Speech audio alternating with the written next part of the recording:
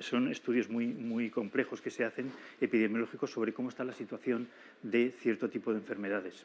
Aquí se publicó en el Lancet hace unos años un estudio que evaluaba la situación oral y general de pacientes desde 1990 a 2010, 20 años. ¿Bien? De eso se extrajo los datos que os voy a presentar ahora muy brevemente sobre salud bucodental.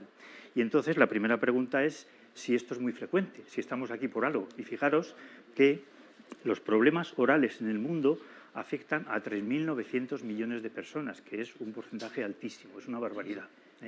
De esos 3.900 millones de personas, fijaros que estamos hablando de enfermedades crónicas no comunicables y dentro de las enfermedades crónicas no comunicables, las más importantes son la primera, la caries no tratada en dientes permanentes. Fijaros que afecta a 2.400 millones de personas. En segundo lugar, a nivel de caries, está la caries no tratada de dientes deciduales, dientes no permanentes, que está en el ranking en el número 10 y que afecta a 600 y pico millones de personas. Y luego en el puesto 36 están las personas que han perdido gran cantidad de dientes, de 15 en adelante, más de 15. Entonces, también es muy importante esta cifra. ¿Vale?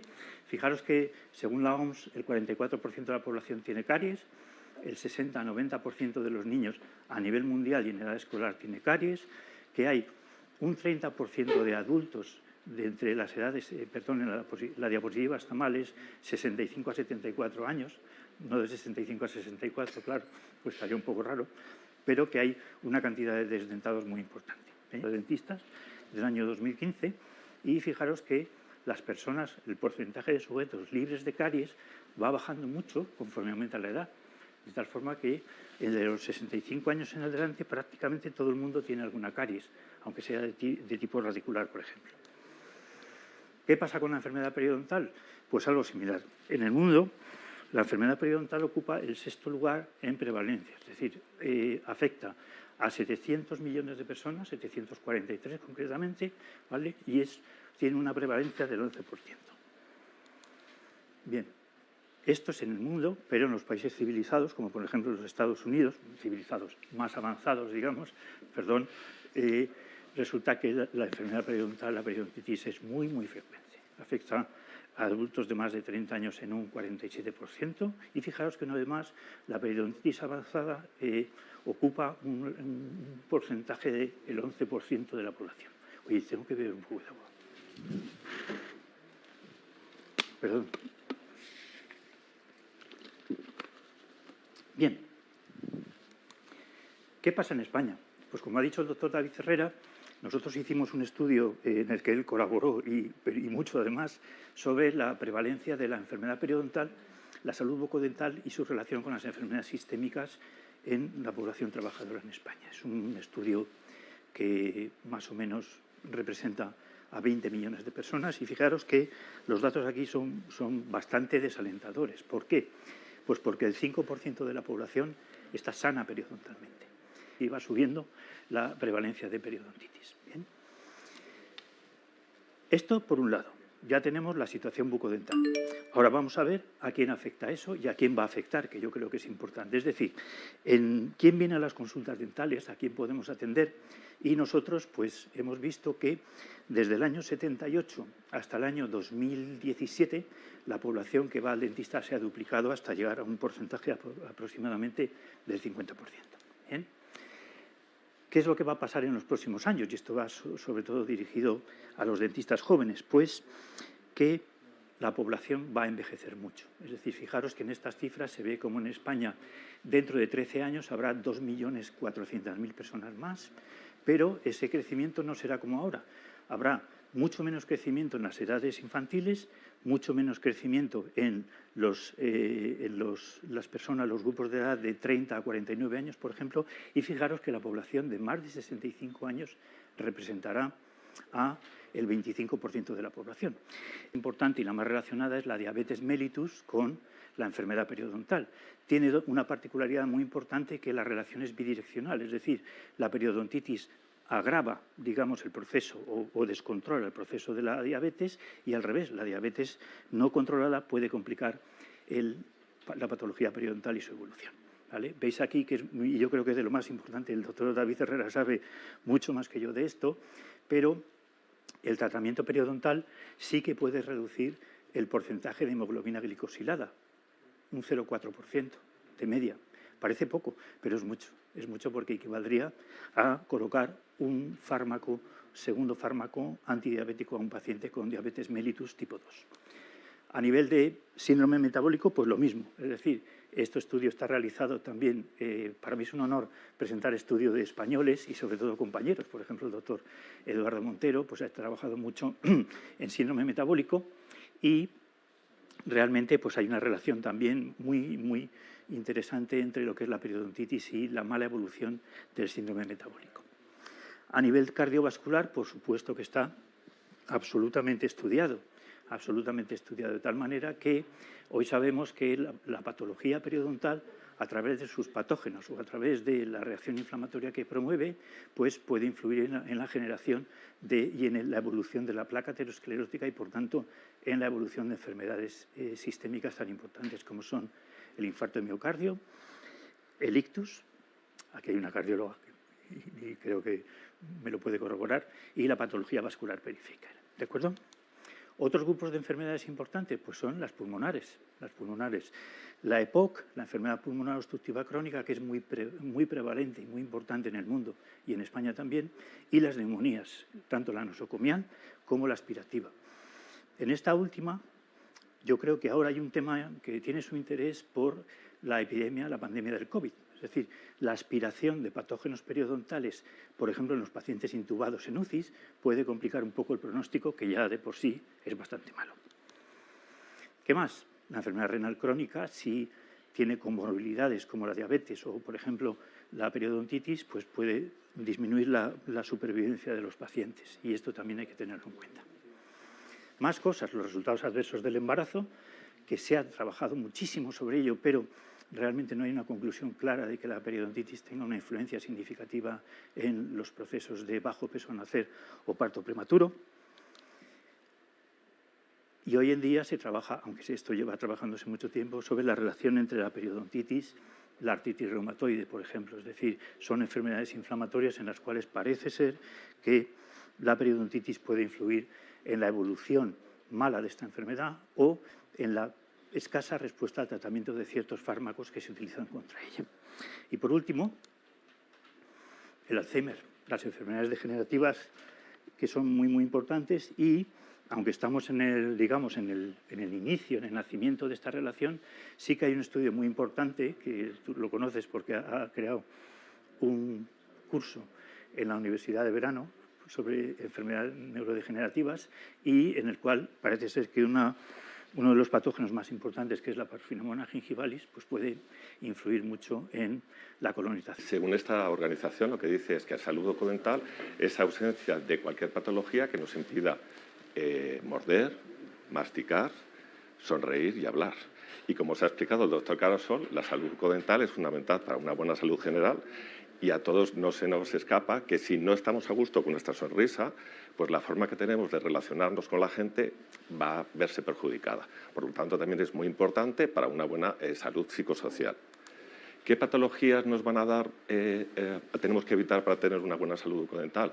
Pues el cáncer oral, las infecciones y las aftas bucales, la periodontitis y la caries. Luego hay un cajón que cualquier otro trastorno que produzca una pérdida de dientes. Entonces vamos a empezar por el cáncer oral. El cáncer oral tiene una incidencia más o menos de 4,4 pacientes por cada 100.000 habitantes. Quiere decir que, por ejemplo, en el año 2020 tendríamos unos 8.600 casos de cáncer oral en España. El cáncer oral lo podemos ver en distintos, estados, desde estados precancerosos, como puede ser la hiperplasia queratósica, displasia, carcinoma in situ y el carcinoma invasivo. Depende del estado donde estemos, habrá más o menos alteraciones estructurales en la célula. ¿Qué factores tenemos que producen cáncer oral? Bueno, hay una serie de factores genéticos. Por ejemplo, un 10% de los cánceres orales se producen por este tipo de problemas y lo que hemos visto es que ciertas poblaciones, por ejemplo, el grupo de los askenazi en la raza judía, pues tienen una mayor incidencia de cáncer oral. Y luego tenemos otra serie de factores ambientales. Estos factores ambientales inciden, digamos, en la patogénesis del cáncer oral. ¿Y cuál es esa patogenia del cáncer oral? Pues hay una serie de protocogenes, hay una serie de genes supresores de los tumores. Luego se ha visto también que según se va desarrollando el cáncer va aumentando la inestabilidad genómica, por ejemplo, la pérdida de microsatélites. Hay alteraciones epigenéticas por estos factores ambientales que por distintos procesos producen alteraciones en los genes y lo que se ha visto que también hay una progresión molecular, es decir, estos cambios que se producen en la estructura del DNA se van sumando según se va desarrollando o va incidiendo más el cáncer. En resumen, lo que va a producirse va a ser una inactivación de los genes supresores de tumores y una activación de esos protocogenes. ¿Cuáles son los factores que producen ambientales que van a desarrollar cáncer oral? Pues tenemos factores químicos, tenemos factores físicos, factores biológicos, la higiene dental y factores dentales y factores nutricionales. Y estos factores lo que van a producir en la patogenia es a través de procesos de elección, de mutación, de metilación y amplificación. Dentro de los factores químicos, esto ya os suena. Tenemos fundamentalmente el tabaco y el alcohol. Dentro de los factores físicos, a nadie se nos escapa la radiación ionizante. La radiación ionizante va a producir mutaciones y alteraciones en el material genético, en el DNA de las células. Luego tenemos una serie de factores biológicos, hay una serie de virus que van a producir también una serie de mutaciones en el material genético, como puede ser el virus del herpes simple, el papilomavirus, el Epstein-Barr, el citomegalovirus, etc. Luego hay una serie de factores de la higiene dental. Vemos esta boca pues, con estos niveles de higiene oral, con estos bordes cortantes. Si tenemos prótesis mal adaptadas, eso va a producir una irritación en la mucosa que va a favorecer el desarrollo del cáncer. Y luego tenemos una serie de factores nutricionales y lo que hemos visto es que aquellos individuos que tienen una alta ingesta de frutas y verduras pues tienen una menor incidencia de cáncer oral. Por ejemplo, el trauma es por comer ciertos alimentos o si tenemos algún diente que es con bordes afilados o por la presencia que ahora está muy de moda, los piercing, van a producir una serie de úlceras en la boca que son dolorosas. También puede ser por procesos químicos. El típico, por ejemplo, que el remedio de la abuela. Me duele un diente, en vez de ir al dentista, lo que hacemos es cogemos una aspirina y lo ponemos al lado del diente. Eso va a producir, te va a seguir doliendo el diente, pero además te va a doler la úlcera que te produce la aspirina que te has puesto. Y luego hay otra serie de medicamentos que, por ejemplo, pues pueden producir también. Lo típico con los blanqueadores dentales. Entonces, si tú pones agua oxigenada en la boca o de estos productos que son muy cáusticos, pues también puede producir una serie de llagas. Hay una serie de medicaciones que están asociadas también a la aparición de aftas, como puede ser, por ejemplo, con la quimioterapia o simplemente con algunos antiinflamatorios. Algunas infecciones también pueden producir estas aftas y estas pequeñas heriditas, también asociadas, por ejemplo, a la aparición de virus, varicela zoster, el virus Coxsackie o el virus de Epstein-Barr. Luego hay una serie de enfermedades mucocutáneas, líquen, pénfigo, pemfigoide, que también asociado a la aparición de úlceras. Algunas enfermedades sistémicas o autoinmunes, como enfermedad celíaca, enfermedad de Crohn, enfermedad de Behçet. Y por fin tenemos un grupo de enfermedades, que es la enfermedad aftosa recurrente, que hay una serie de pacientes que cada X tiempo les salen aftas en la boca. Dentro de este grupo tenemos tres tipos de clínicas. Tenemos la presentación menor, en que estas llagas suelen tener como mucho 10 milímetros de diámetro, que curan más o menos en unas 2 semanas y que no dejan cicatriz. Luego tenemos la presentación mayor,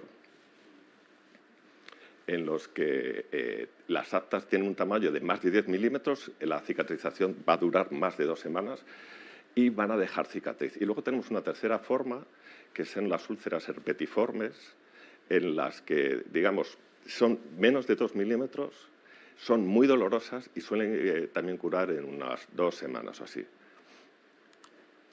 ¿Cuál es la patogenia? ¿Por qué se producen? Pues una serie de acciones citotóxicas por los linfocitos y los monocitos.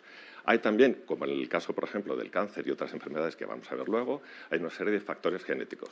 Se ha visto que hay una predisposición familiar y lo que se ha visto también es una alta correlación en gemelos univitelinos.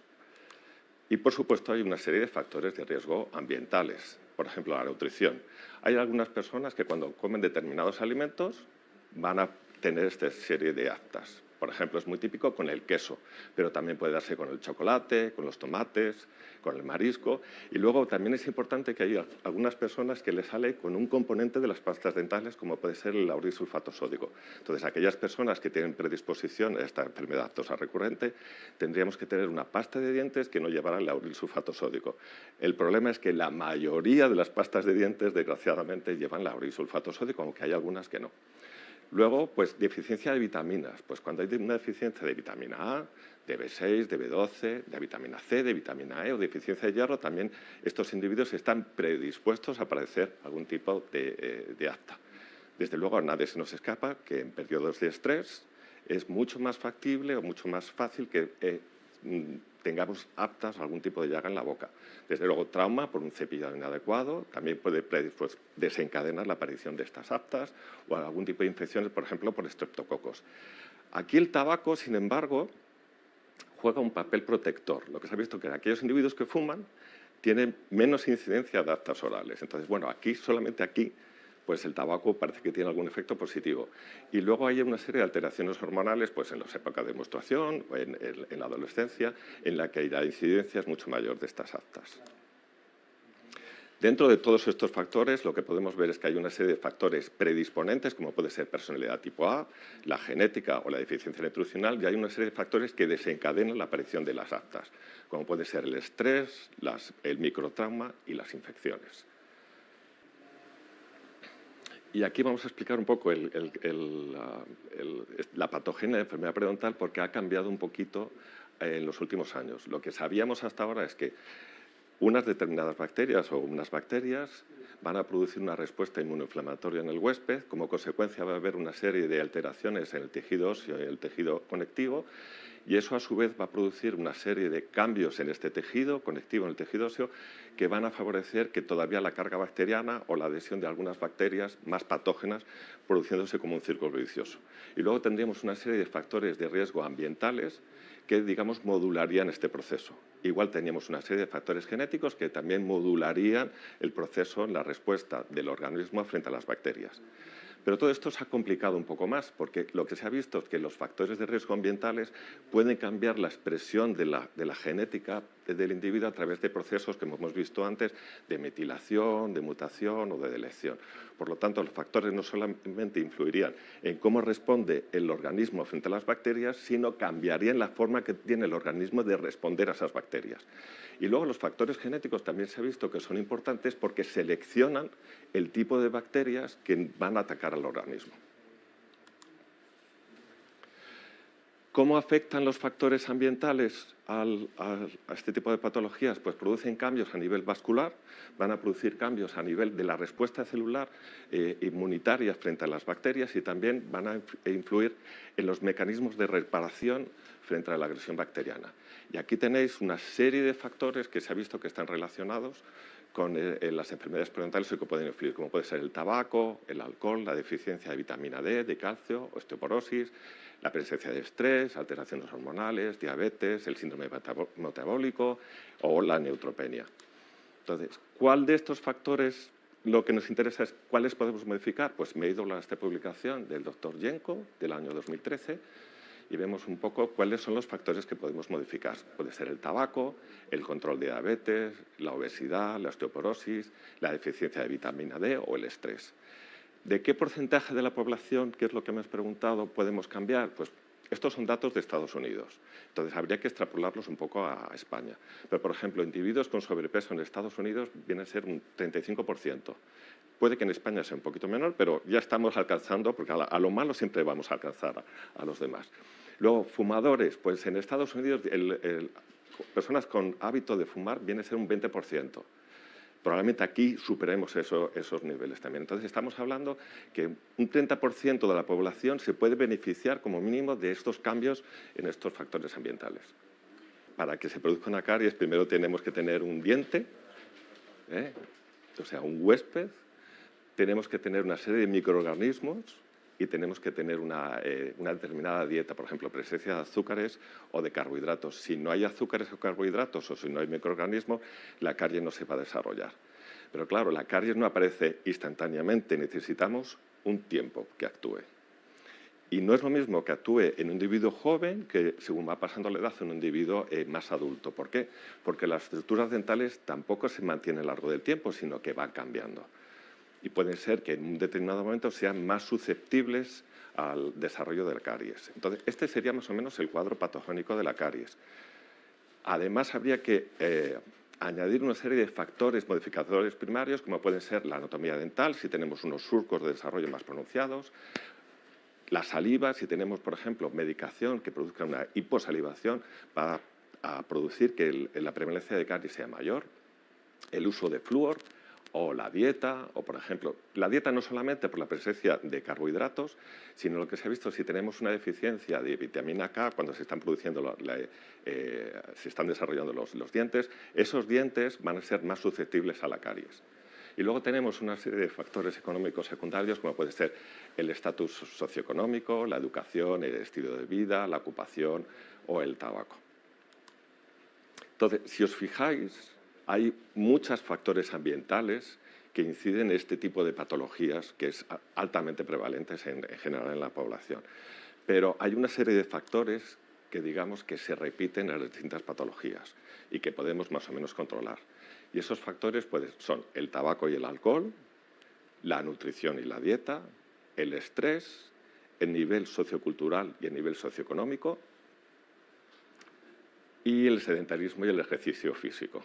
Cuando me invitaron a hablar, digamos, en este simposium sobre factores de riesgo, pues mi primera diapositiva, que es un poco la que yo utilizo cuando doy toda la parte educativa a nuestros pacientes, pues es explicar qué es un factor de riesgo, porque el factor de riesgo es algo que abarca muchas cosas. Realmente son los factores o enfermedades que se van a asociar a una mayor probabilidad de padecer un determinado problema de salud, a una determinada enfermedad. Y que es muy importante que los identifiquemos y, por supuesto, que entre todos intentemos controlarlos si se puede y corregirlos si es posible. Como ya se ha hablado aquí, hay factores de riesgo para desarrollar diferentes enfermedades. Unos son modificables y otros, desgraciadamente, no. Evidentemente, la edad, que afecta a muchos de los factores de riesgo de enfermedades crónicas, no es posible modificarlo, pero otros muchos factores sí. Está claro que, además, los distintos especialistas médicos, los distintos profesionales de la salud, compartimos, aunque nos dediquemos a aspectos muy diferentes de la medicina, compartimos muchos factores de riesgo para nuestras diferentes enfermedades. Dentro de ello, pues ya se ha hablado aquí, el alcohol y el tabaco no solo van a afectar al corazón o a las enfermedades cardiovasculares, sino que van a afectar a la salud bucodental, va a afectar a muchos niveles. Lo mismo otras enfermedades como la diabetes, la obesidad, la hipertensión arterial, la hipercolesterolemia, y lo mismo algunos hábitos poco saludables, como podría ser los malos hábitos nutricionales o la falta de ejercicio físico. Todo ello va a afectar a muchos diferentes niveles del organismo y entre todos debemos de colaborar en su diagnóstico. No el cardiólogo es el que tiene que hacer siempre una recomendación del tabaco, sino que desde la consulta de odontología se puede iniciar ese trabajo en muchas ocasiones antes de desarrollar ya una enfermedad crónica cardíaca, hepática, digestiva, etcétera, etcétera. Hablando del tabaco, pues tenemos que decir que, por lo menos hasta hoy, el tabaco es la primera causa de muerte evitable, de muerte y de enfermedad. Se calcula que la prevalencia de tabaquismo en España es de alrededor de un 28 o un 30%. Puede, digamos, provocar el consumo habitual de tabaco, el hábito tabáquico.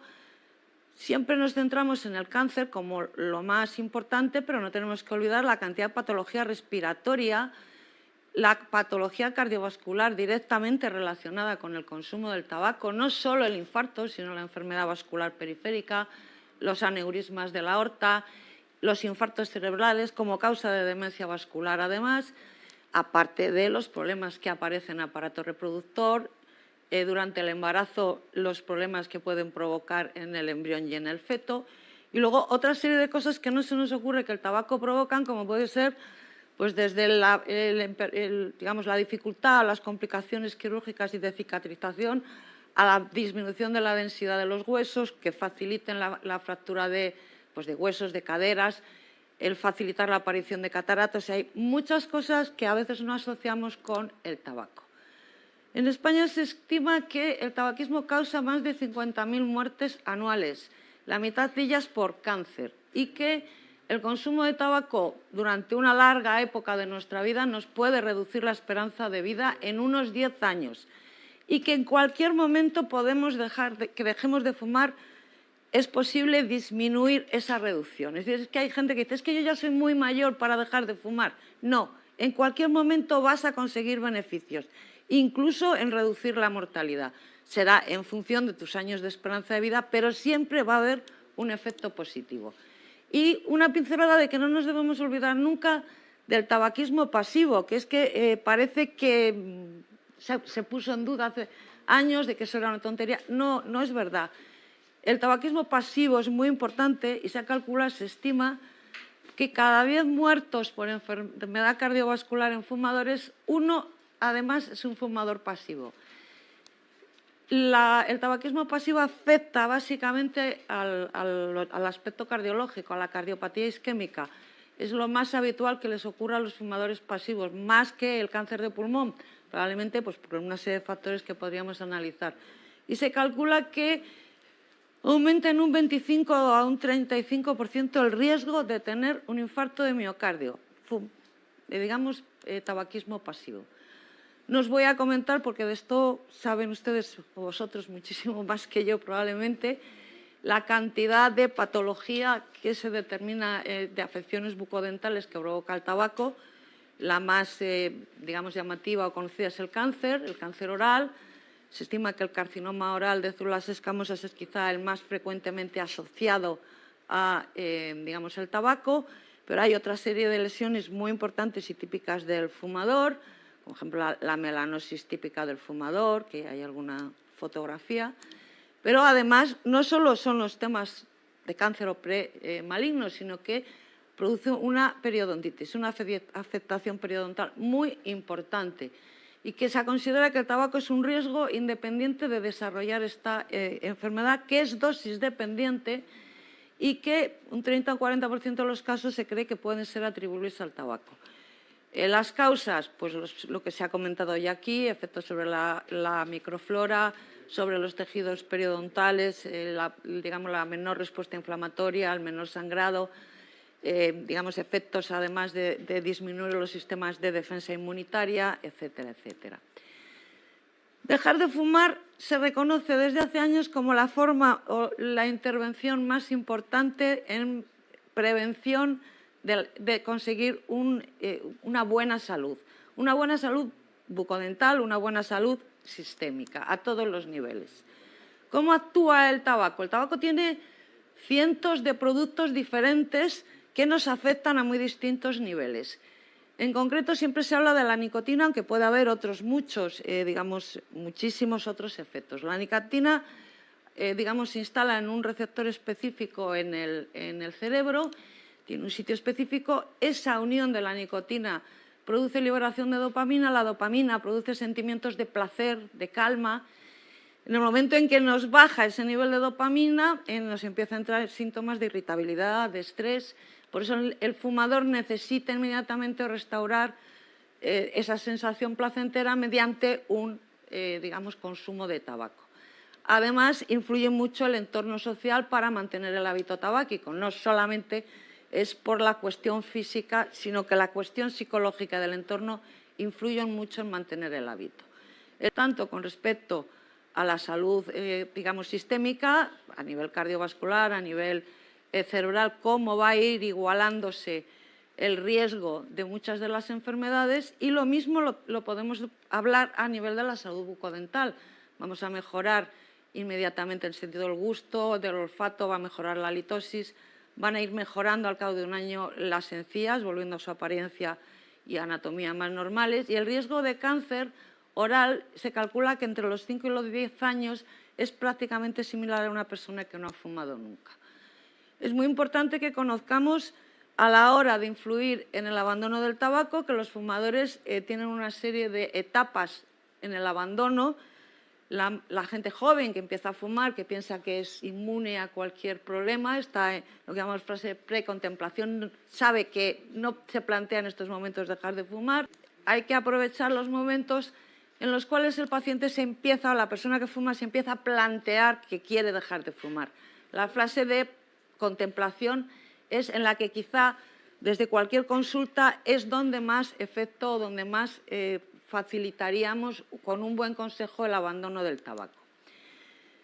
Las preguntas que debemos hacer a esa persona, lo primero es preguntar, identificar si el paciente está fumando, valorar el grado de adicción que puede tener y, lo que hemos comentado, su disponibilidad en ese momento a abandonar el hábito tabáquico. Evidentemente, aconsejarlo y ayudarle en todo lo posible, estableciendo incluso programas de visita y seguimiento siempre que podamos. Digamos que en la guía tabáquica de cesación tabáquica y salud bucodental que se estableció en el año 2018 entre la SEPA y la CNPT, ya se hablaba de intentar, desde las consultas de odontología, establecer un protocolo simplificado para ayudar a los pacientes, primero identificarlos y ayudarlos con consejos a dejar de fumar. Los pasos que se establecían, pues lo primero era identificar al paciente, es un sitio idóneo para poder hacerlo, aconsejar al paciente haciendo además hincapié en la patología o alteraciones bucodentales que pueda tener y a partir de ahí enfocar y ayudar al paciente en lo que fuese necesario. Hay estudios que demuestran que un simple consejo dado con intensidad, mejora y facilita la abstinencia. O sea, que no son consejos inútiles, está demostrado que sirven. Estos son los distintos test que se utilizan pues, para valorar la intención de dejar de fumar e incluso la dependencia, porque los tratamientos que utilizamos habitualmente ya los utilizamos sabiendo un poco la dependencia del paciente, la situación de contemplar dejar de fumar, decidirse a dejar de fumar, etc. Tenemos un arsenal importante y quizá la vareniclina es la que en estos momentos ha demostrado una mayor eficacia.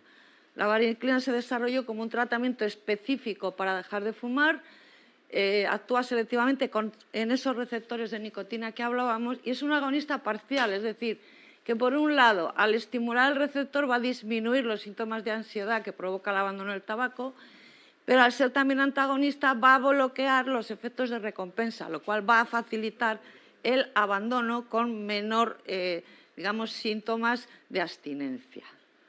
El alcohol es algo tan introducido que es una costumbre social, lo cual es absolutamente negativo porque no se ve como un problema de adicción o como un factor de riesgo para desarrollar enfermedades. Es muy importante el consejo ante la toma de alcohol. Está comprobado que ha bajado el consumo de alcohol en España, como veis, se está modificando además el tipo de alcohol que se bebe, pero sigue siendo muy elevado, mucho más elevado que en la mayoría de los países de nuestro entorno. Y no debemos de olvidar que el alcohol también produce enfermedades a todos los niveles. A nivel cardíaco no provoca infartos, pero provoca miocardiopatías, provoca arritmias, provoca desarrollo de hipertensión, etcétera, etcétera. Por tanto, debemos de ser muy conscientes de que el mensaje es no beber alcohol como remedio a nada.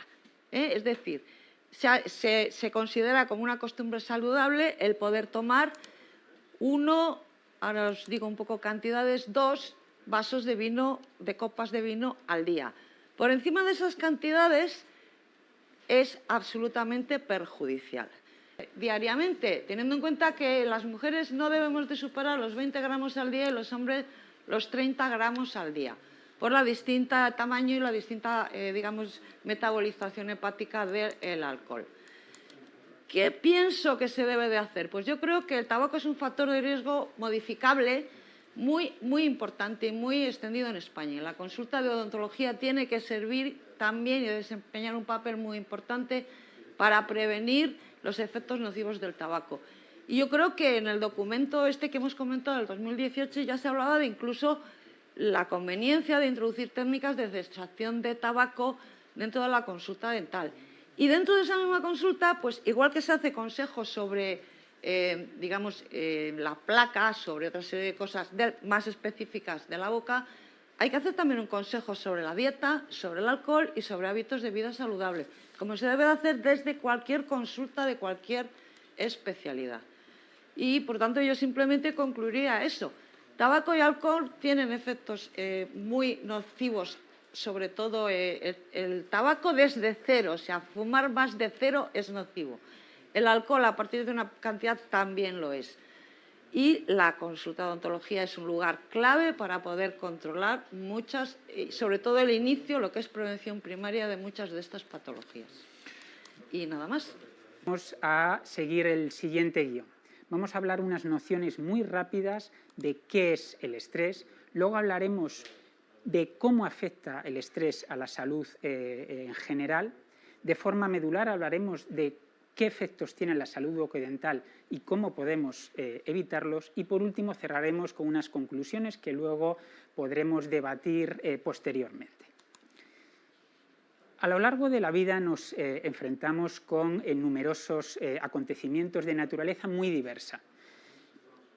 El impacto que tienen estos acontecimientos en nuestra rutina es muy distinto, pero todos tienen en común un hecho, que nos conducen a una situación de alarma, de presión, que es conocido como el estrés. No se han puesto de acuerdo los expertos en definir de una única manera qué es el estrés, pero podríamos ponernos de acuerdo en que el estrés es una sensación de sobrecarga, una sensación de presión que afecta a las personas. Y esto depende básicamente de dos factores. Por un lado, de las circunstancias externas, de las demandas del entorno, y por otro lado, de los recursos que tiene el individuo para afrontar esta situación. Es decir, de eso tan famoso que hablamos de la resistencia al estrés.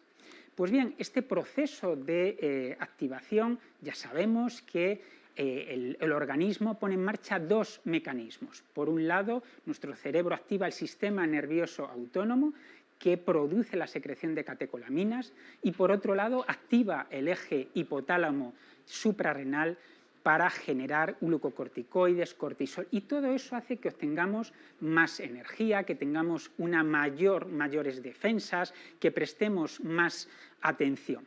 Por lo tanto, el estrés realmente, a priori, puede resultar beneficioso porque nos permite resolver de forma eficiente determinadas situaciones, determinadas amenazas. En ese caso, podemos hablar de eustrés, cuando es beneficioso. Ahora bien, cuando esta respuesta es negativa, y normalmente eso ocurre cuando el individuo simplemente intuye que no va a hacer frente correctamente a la situación que la amenaza, genera una respuesta negativa y eso se conoce como distrés. Es cuando aparece la sensación de irritabilidad, de ira, de ansiedad y es cuando pueden aparecer los problemas.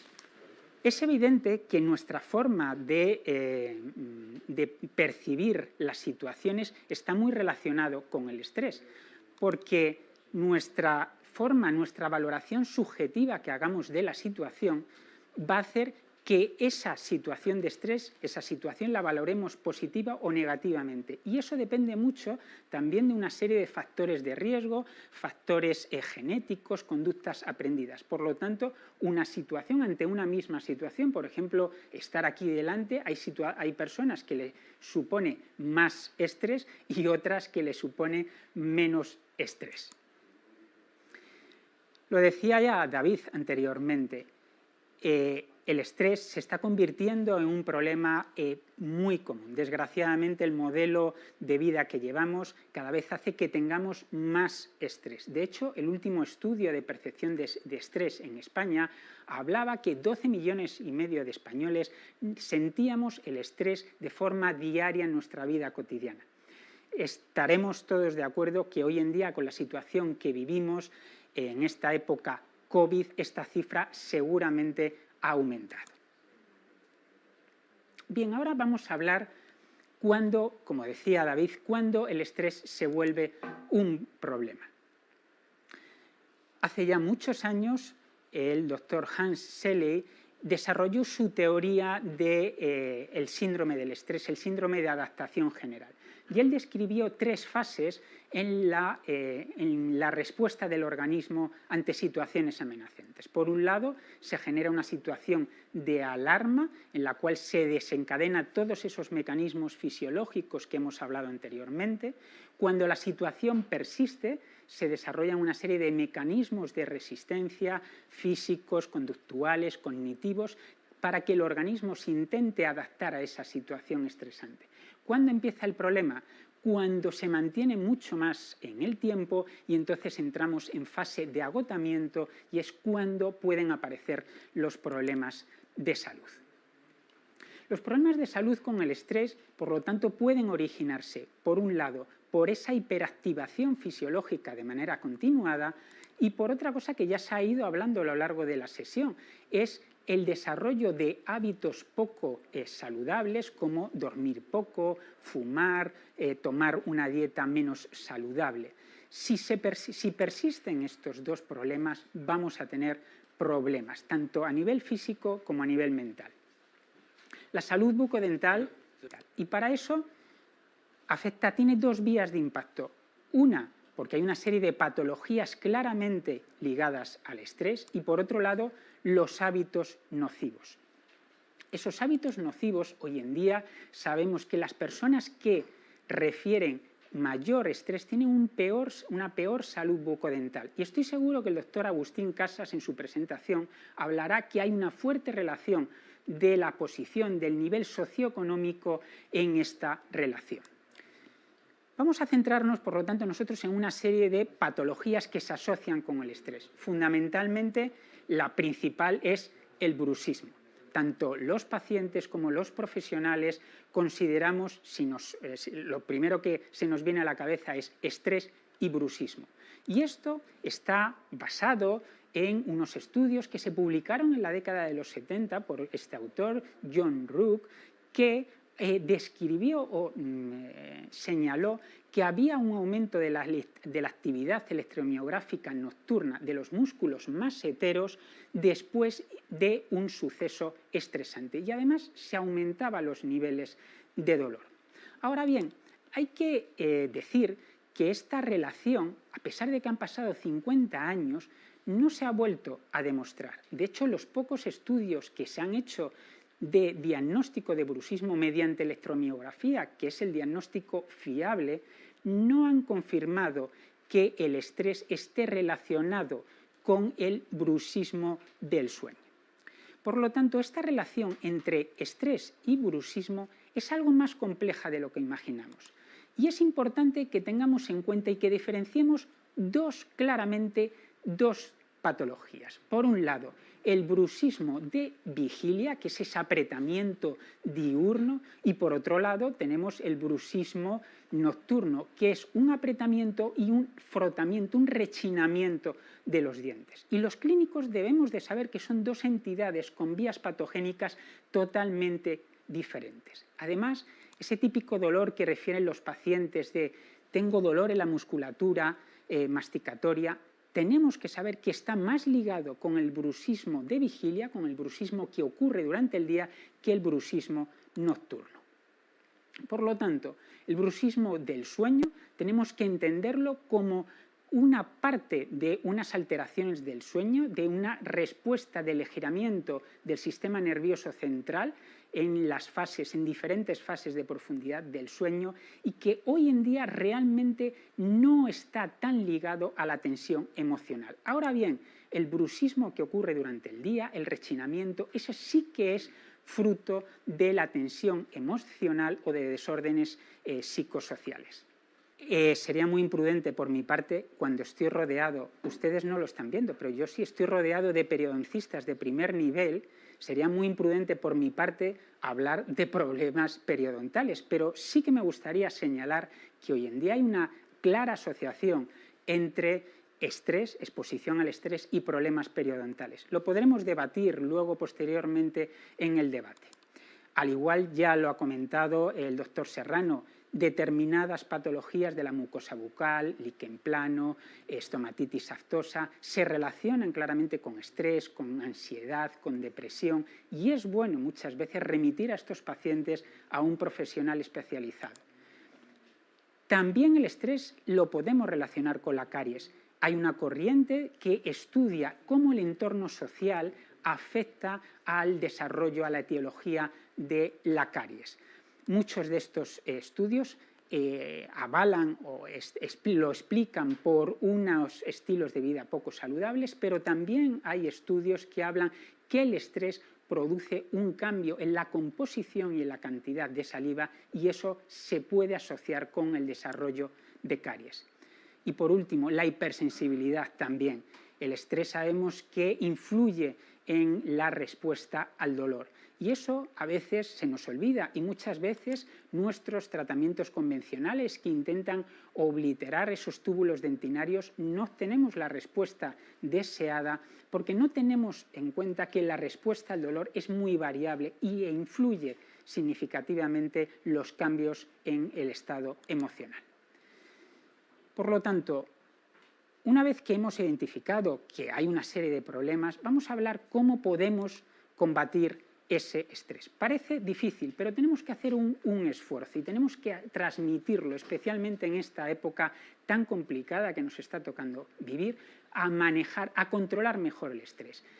Yo no soy un experto en psicología, pero desde luego sí que tenemos que intentar actuar de dos frentes. Por un lado, mejorar nuestro entorno, las circunstancias. Ese tigre lo podemos convertir en un tigre de peluche, tal vez organizándonos mejor. Y por otro lado, aumentando nuestra resistencia al estrés mediante una serie de estrategias de control. A nivel bucodental, como preguntaba David, ¿qué tenemos que transmitir a nuestros pacientes? Por un lado, que no descuiden sus hábitos de salud bucodental, pero no solamente de los dientes, que muchas veces yo como profesor de prótesis se nos olvida, sobre todo los pacientes que tienen prótesis removibles se les olvida cuidar. Y por supuesto, que no dejen de ir a nuestras consultas, hacer los controles, las revisiones adecuadas. A pesar de que estamos en época de COVID, las consultas son espacios seguros. Y por último, como preguntaba David, ¿cómo debemos de abordar el tratamiento del bruxismo?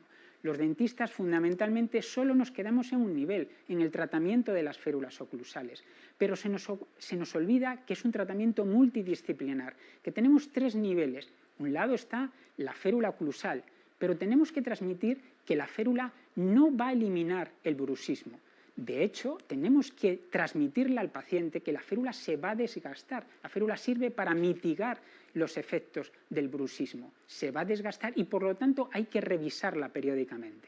Por otro lado, en determinadas situaciones con altos niveles de estrés, de ansiedad, podemos recurrir a la farmacoterapia con ansiolíticos, antidepresivos o beta bloqueantes. Y, por último, unas medidas muy sencillas, la terapia cognitivo-conductual, que se nos olvida muchas veces. La relajación, la meditación puede ayudarnos muchísimo a tratar el bruxismo. Por último, quisiera simplemente terminar con 4 conclusiones. Por un lado, tenemos que saber que el estrés es una respuesta que aparece cuando percibimos que nuestros recursos no son suficientes para afrontar los problemas. Segundo, la sobreactivación crónica del organismo afecta a la salud bucodental, favoreciendo la aparición de patologías o impulsando el desarrollo de conductas poco saludables. Es importante que los clínicos reconozcamos este estado emocional durante nuestra práctica clínica para poder tratar a estos pacientes de una manera multidisciplinar y, por supuesto, como van a hablar mis compañeros posteriormente, los hábitos de vida saludables aumentan la resistencia al estrés. Muchas gracias.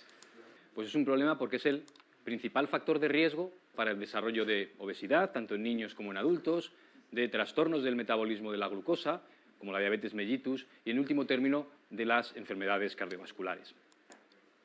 De acuerdo a la Organización Mundial de la Salud, son más de 2 millones de personas las que mueren cada año atribuibles a la inactividad física, lo que convierte el sedentarismo en una de las 10 principales causas de morbimortalidad del mundo. Decíamos que incrementaba el riesgo de desarrollar, hasta el punto de duplicarlo, el riesgo de padecer enfermedades cardiovasculares, diabetes mellitus u obesidad, pero también incrementa el riesgo de padecer otras enfermedades, como pueda ser el cáncer de colon, la osteoporosis o determinados trastornos psiquiátricos. Y además lo que ocurre es que se asocia el sedentarismo con otros hábitos insalubres, por ejemplo, el tabaquismo o la dieta inadecuada, constituyendo todos ellos la principal causa de las enfermedades crónicas no transmisibles, que son la principal causa de mortalidad en el mundo desarrollado. Es importante reflejar también lo que son los comportamientos sedentarios, que incluso son más relevantes que la inactividad física. Me explico. ¿Qué es una situación, una paradoja que se puede dar? Uno puede ser sedentario y activo. Por ejemplo, aquellos que realizan ejercicio físico 30, 40, 60 minutos diarios, pero sin embargo también emplean 8, 10, 12 horas al día sentados delante del ordenador trabajando, viendo la televisión o jugando videojuegos. ¿Qué es lo que ocurre? Que estos comportamientos sedentarios, que son los que denominamos o que decimos que presentan un gasto energético inferior a 1,5 equivalentes metabólicos, esto que es aquellos que suponen gastar menos de un 50% más de energía de lo que hacemos durante una hora de sueño, son también un factor de riesgo para el desarrollo de todas estas enfermedades, incluso más que la inactividad física, de tal modo que pasar más de 8 horas al día sentado incrementa el riesgo de morir por cualquier causa, de desarrollar enfermedades cardiovasculares o de desarrollar diabetes mellitus.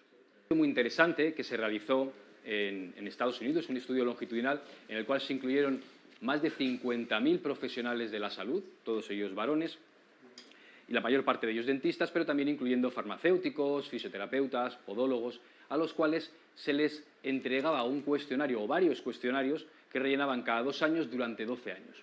¿Esos cuestionarios cuáles eran? Pues un primer cuestionario en el que recogían pues sus hábitos inadecuados de salud, como puede ser el hábito tabaco, su consumo de alcohol, pero también el hecho de que pudieran haber presentado, desarrollado diabetes durante ese tiempo, hipertensión arterial. Un segundo cuestionario muy específico en el que reflejaban el número de horas semanales en el que realizaban diversas actividades físicas y también en el que llevaban a cabo comportamientos sedentarios. Y un tercer cuestionario que permitía evaluar la incidencia de periodontitis de manera autorreferida. ¿Y qué es lo que se observó? Bueno, pues se observó que aquellos que realizaban más ejercicio físico, aquellos que se encontraban en el último quintil dentro de los que llevaban a cabo mayor actividad física, aquellos que estaban más en forma, presentaban una menor incidencia de periodontitis. Es decir, el realizar el ejercicio físico actuaba a modo de factor protector para el desarrollo de periodontitis, incluso tras ajustar para diversos factores de confusión, como el tabaco, el índice de masa corporal o la diabetes mellitus. Y la segunda investigación que traigo para responder a esta pregunta es una investigación realizada por un investigador amigo nuestro, el doctor Georg Eberhard, que ha realizado mucha investigación al respecto, en el cual reclutó una muestra de pacientes y además de llevarles a cabo un examen periodontal completo, les sometió a una prueba de esfuerzo en un cicloergómetro, es decir, en una bicicleta estática. Con otros factores, ¿cómo podía influir esto en el desempeño de la actividad física de los pacientes incluidos en el estudio? Lo que observó es que presentar periodontitis avanzada influía más negativamente en el desempeño en la bicicleta estática, incluso de lo que lo hacía el índice de masa corporal, es decir, si los pacientes eran obesos o no, a partir de una serie de publicaciones que se realizaron en el Reino Unido. La primera de ellas es esta publicación que vemos en pantalla, una publicación en la cual se incluyeron a participantes de los Juegos Olímpicos del 2012. Y lo que se observó es que estos deportistas olímpicos presentaban una prevalencia muy elevada de caries, por encima del 50%, una prevalencia de gingivitis muy elevada, de alrededor del 75%, y una prevalencia también muy elevada de erosiones dentales. Y además estos participantes reflejaban que su mala salud bucodental tenía un impacto en su rendimiento deportivo y en su calidad de vida. Estos valores, estas prevalencias de enfermedad bucodental que presentaban estos pacientes, son propios casi de poblaciones desfavorecidas, y es lo que presentaban estos deportistas de élite. Años después se realizó una investigación muy similar y por parte del mismo grupo de investigación en futbolistas profesionales del Reino Unido, futbolistas tanto de la Premier League como de la segunda división de fútbol inglesa. Y si bien la prevalencia de enfermedades periodontales fue algo más baja, sin embargo continuaba siendo muy elevada la prevalencia de caries y de erosiones dentales. Y además era especialmente llamativo teniendo en cuenta que estos deportistas en concreto pues, se caracterizan por presentar un estatus socioeconómico muy elevado, algo de lo que nos hablará posteriormente el doctor Agustín Casas. ¿Y a qué se puede atribuir esto? Bueno, pues fundamentalmente a algunos hábitos insalubres que presentan los deportistas de élite, fundamentalmente relacionados con el consumo de bebidas energéticas que se caracterizan por presentar pHs muy bajos que conducen a desmineralizaciones del esmalte que incrementan el riesgo de presentar erosiones dentales y también de desarrollar caries. Se reclutaron pacientes obesos que se incluyeron en uno de estos campamentos para pérdida de peso. ¿Cuál era la intervención que se les realizaba? Bueno, pues aparte de que seguían estos sujetos obesos una dieta hipocalórica durante 4 semanas, también se les obligaba o se realizaba con ellos ejercicio físico aeróbico durante 2 o 3 horas al día. Y se les realizaba una exploración periodontal inicial, final, y también se tomaban una serie de analíticas sanguíneas. ¿Y qué es lo que se observó? Bueno, pues que la intervención alimenticia y de ejercicio físico fue eficaz en que estos sujetos redujeran su peso, bajaran 2,5 kilos, y también que se redujeran los niveles del colesterol malo, del colesterol de baja densidad.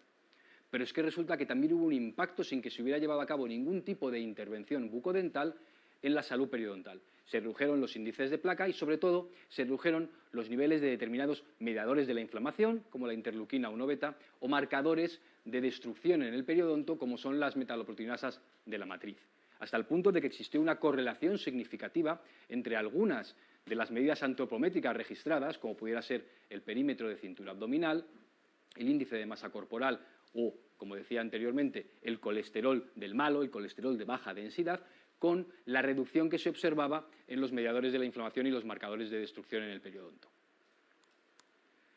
Si nos preguntamos si realmente el ejercicio físico puede mejorar los resultados de la terapia periodontal, pues el último workshop de la Federación Europea de Periodoncia, que tenía por objetivo la confección de una serie de guías clínicas para el tratamiento de la periodontitis estadios 1, 2 y 3, ante la pregunta de ¿el ejercicio físico puede mejorar los resultados del tratamiento periodontal? La conclusión es que no tenemos evidencia al respecto todavía. Pero, sin embargo, tenemos que entender algo. Periodontitis, alteraciones del metabolismo de la glucosa como la diabetes o la prediabetes, enfermedades cardiovasculares, son todas ellas enfermedades crónicas no transmisibles. Y, como decía anteriormente, además la principal causa de mortalidad en el mundo desarrollado en el caso de estas últimas. Y resulta que es que además se asocian a unos factores de riesgo comunes, como puedan ser el tabaquismo, el sobrepeso, una dieta inadecuada o el sedentarismo.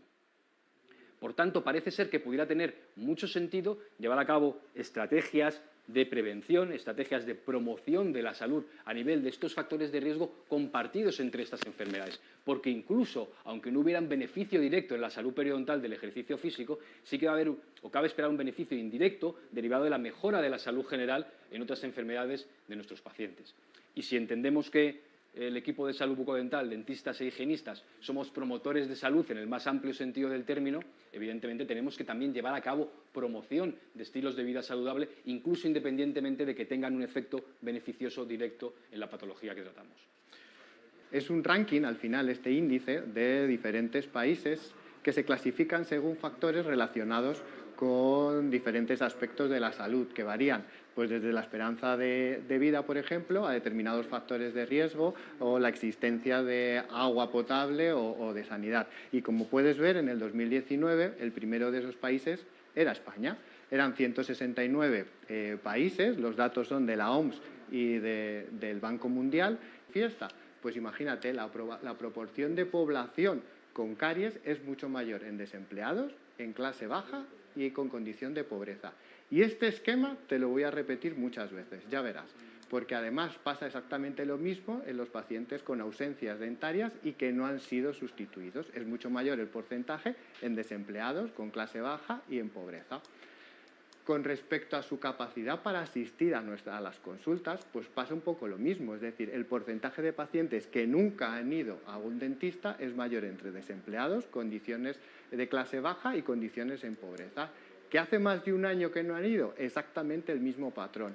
Y si ya tenemos en cuenta el nivel educacional, otra vez vemos que es ligeramente superior en ese porcentaje de los pacientes que no han acudido nunca al dentista, pero ves que al final son los hogares pobres los que tienen el porcentaje mayor independientemente del nivel de estudios. Tengo que acudir al dentista que ha tenido que ir porque lo necesitaba y no ha podido recibir esa asistencia por problemas económicos, se nos repite el mismo patrón: desempleados, clase baja y pobreza. Incluso no les llegan las prácticas preventivas, no hay una específica, en el informe no analizaban una específica para el nivel dental, pero por ejemplo medir el nivel de azúcar en sangre, pues la mayoría de los pacientes desempleados en clase baja o pobres nunca lo habían hecho o hacía más de 5 años. Te puedo decir además cómo son esos pacientes, porque resulta que tienen un índice mayor de masa corporal, es decir, son más obesos, fuman más, como ves, más el porcentaje en desempleados, clase baja y pobres, consumen menos alcohol, este es el único dato diferente, y también son mucho más sedentarios. Es más, te puedo decir hasta lo que comen, porque no consumen en un porcentaje mayor frutas y verduras, tampoco pescado y carne, pero sí consumen más pasta, arroz o patatas y mucho más de comida rápida. Con lo cual, fíjate, nuestro paciente con esos factores socioeconómicos y culturales más desfavorables tienen peor salud, sienten que tienen peor salud, tienen muchos factores de riesgo porque tienen unos estilos de vida no saludables y en definitiva la conclusión es que tienen una salud mucho más deficiente. Te voy a presentar este estudio, que es muy rápido y que demuestra que los pacientes, cuanto más desarrollado es el país, tienen menos prevalencia de caries, menos prevalencia de periodontitis avanzada y mayor prevalencia de dientes perdidos. Además es muy gracioso porque a nivel de las caries, los que más tienen son los países intermedios, porque los bajos siguen con su dieta normal y los superiores ya estamos reduciendo ese porcentaje de caries. A nivel de la prevalencia de periodontitis pasa un poco lo mismo, es decir, duplican más o menos la prevalencia los países pobres que los países ricos. Y en cuanto a los dientes perdidos, pues en este caso menor prevalencia en los países con ingresos más bajos, sobre todo porque la mayor atención dental está asociada con mantener menos dientes. A nivel de España, pues un poco lo que tú me comentabas, aunque nos consideremos un país dentro de los ricos, hay desigualdad, por ejemplo, entre el norte y el sur. Hay más tasa de pobreza en las provincias del norte que del sur. Y eso se refleja también en el porcentaje de prevalencia de las patologías. En la encuesta nacional de salud del 2010 ya quedaba de manifiesto que había mayor prevalencia tanto de caries como pérdida de inserción entre las clases sociales más bajas. Y este estudio del doctor Carasol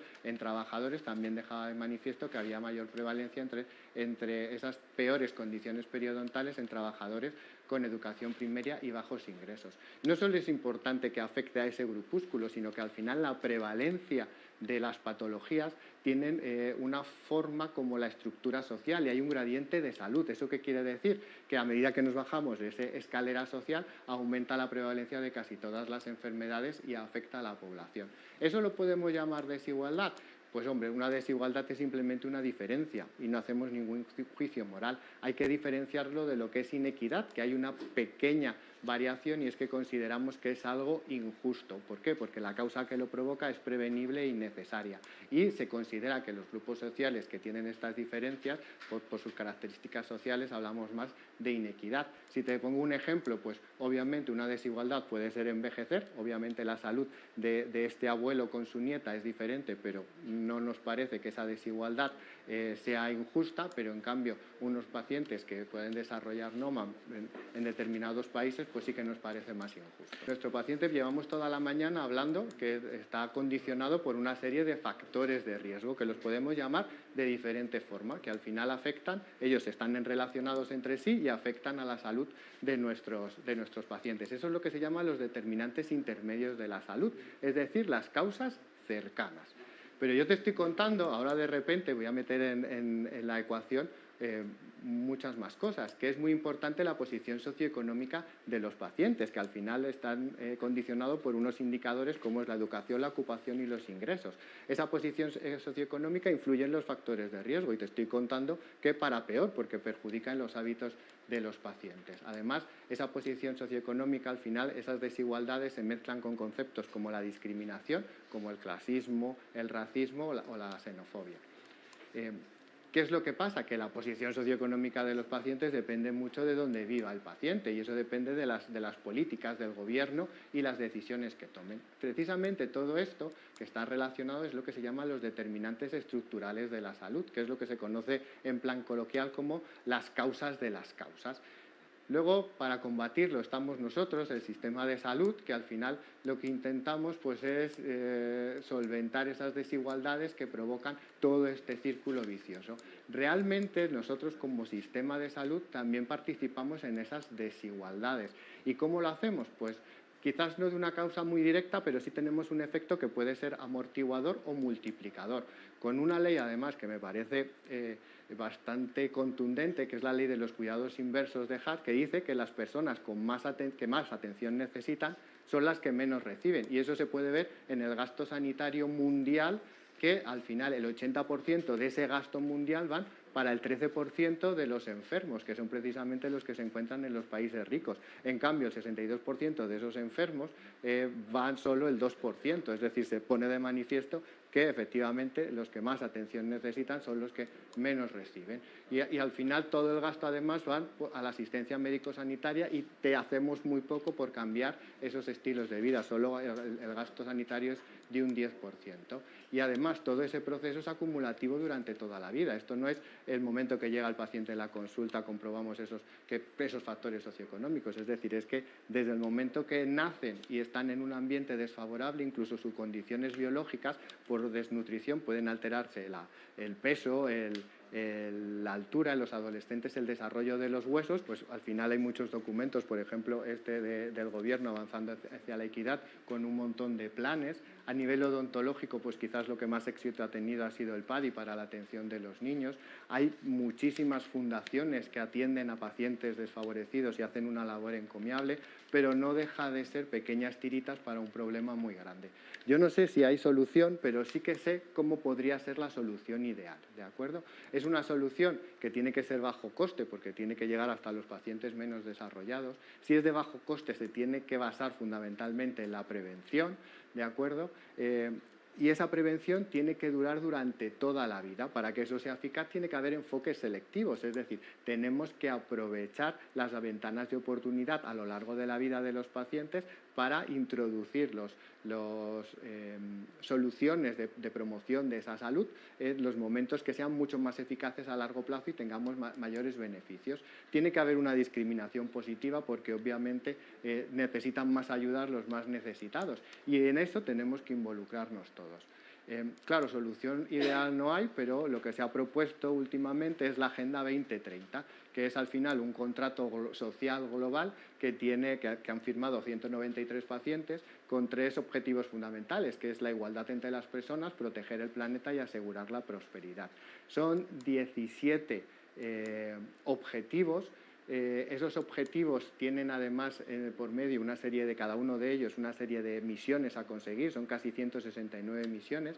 Obviamente ahora mismo todo el mundo tenemos que tener en la cabeza esa Agenda 2030 y en este caso, que es el tema que a mí me toca, pues ser abanderados fundamentalmente del 1 y el 10, que es el fin de la pobreza y la reducción de las desigualdades.